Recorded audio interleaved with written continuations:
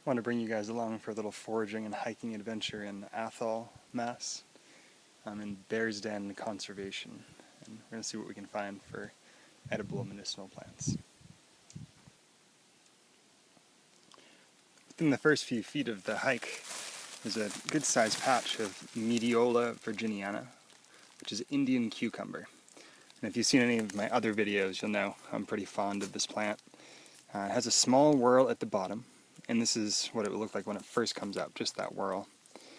And then as it gets a little bit older, it has these 3 leaves, and then green berries and white flowers, and these berries will turn a reddish-black color later on in the season.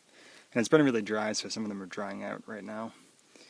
But when you dig down to the roots of these, there is a delicious white root that Native Americans used to use to spit. They'd chew it up and then spit on their fishing lures. And this supposedly attracts fish. But it tastes very, very much like cucumber, a very crisp cucumber. And even people who aren't particularly fond of cucumbers tend to like these. They're very, very pleasing even to picky people. And they're pretty filled with potassium and calcium. And there's a good trailside nibble. These are relatively uncommon, but I see quite a few out my way. But just check your local and state laws before you harvest them. But Indian cucumber or Mediola virginiana. These can be pickled as well, and they make amazing, amazing pickles.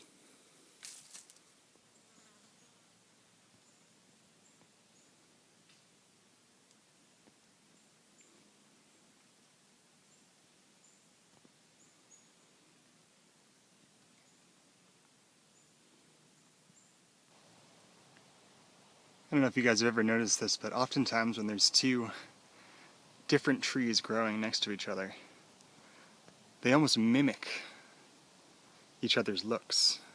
To the right is a maple tree, and to the left, attached to it, is a birch tree. And on the birch, there's something called Inonotus obliquus, or Chaga. And this is an amazing, amazing anti-inflammatory. It's been shown traditionally to be useful against cancer. It's high in SOD, or superoxide dimutase. It induces apoptosis in cancerous cells. And it's all-around general tonic for health and longevity. It has an antibacterial and an antifungal effect. And in terms of the doctrine of signatures, if you look how it grows out of the tree, almost like a cancerous growth, that typically indicates what a plant or substance is useful visually. And this is far too small to harvest, but larger pieces sustainably can be harvested. Like a section of them will be cut off, and about the size of a tablespoon chunk or powder can be put in boiling water, and that 1 tablespoon size can be used multiple times, so you're not wasting material after 1 boil. And it produces a very rich, almost maple vanilla tasting tea, and it's very good sweetens and just plain. It's worth looking into. This is Chaga, or Inonotus obliquus. It's a good find. On the very bottom of my list of wild edibles is a lichen called rock tripe. And you've probably seen it if you've been out hiking at all, growing on large boulders, typically on the north face of a boulder. And the pieces digest the rock in order to absorb some of the minerals from it to survive. And needs very little water. It perks up and is very soft once it does rain. And it has almost a downy backside to it. And this, like many other lichens, such as reindeer moss, can be leached with baking soda and multiple changes of water and boiled. And it is a usable source of carbohydrate. However, even with a pretty significant amount of leaching, I could not remove the bitter, sort of acrid component from it. So in a survival situation, good to know, but you probably won't be carrying around baking soda, nor will you want to waste that amount of water creating a quasi-edible source of carbohydrate, but good to know. Again, this is rock tripe.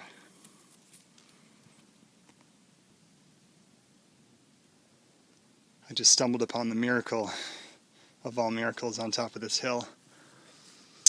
A loaded high bush blueberry, or vexinum. And it is absolutely covered in ripe blueberries. Every inch of it, in fact. And blueberry leaves actually are useful in lowering insulin resistance in diabetics. And the berries themselves are high in anthocyanins, which is an antioxidant that's good for the eyes. Just wanted to show you guys after about a minute of harvesting how many blueberries were here. And including any wild food into our diet is absolutely essential for our health, because most of what we eat is hybridized and genetically modified. And if you were to go to a store and purchase wild blueberries or domestic blueberries, this handful would be, if they were organic, $5 or at least $4. And these are far more nutrient dense because they're exposed to the elements and they're growing in the conditions that they're meant to grow in. Typically wild food is 5 to 10 times the nutritional value of their domestic counterparts, and they're also far less water weight. A lot of our hybridized plants contain a lot of water, and thus they use more water and they have less concentrated flavor and nutrients. So, worth nourishing yourself when there's an abundance of berries for you to eat.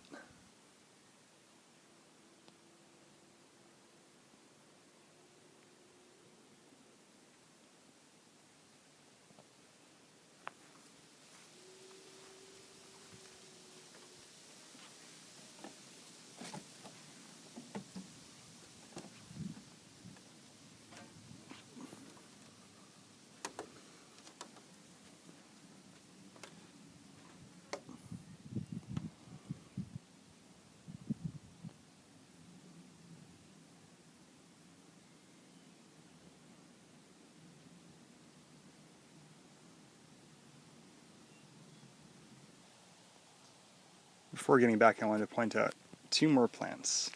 The first one is Arctium lapa, or burdock, and this is greater burdock. And burdock is the sort of iconic, burry, sticky-headed plant. And these actually were what inspired a fellow to create Velcro, because Velcro uses the same sort of hooks that burdock uses. And these and the seeds can be taken off once these are dry and put into olive oil, and you let them sit for 6 weeks. And burdock is good for pulling toxins out of the skin, so it's particularly useful for acne and any sort of skin condition that is caused by inflammation. And the burdock root, which you would not harvest now because it's gone to seed, is very tasty. It's nourishing for the body. It's filled with nutrients. It's one of the more nutrient-dense root crops. But again, once they've gone to seed and started to flower, the roots are too tough. They get very woody at that point. And here's one that hasn't flowered to my left. And when they start to grow, they have those iconically large woolly leaves, similar to a rhubarb but without the colored stalk.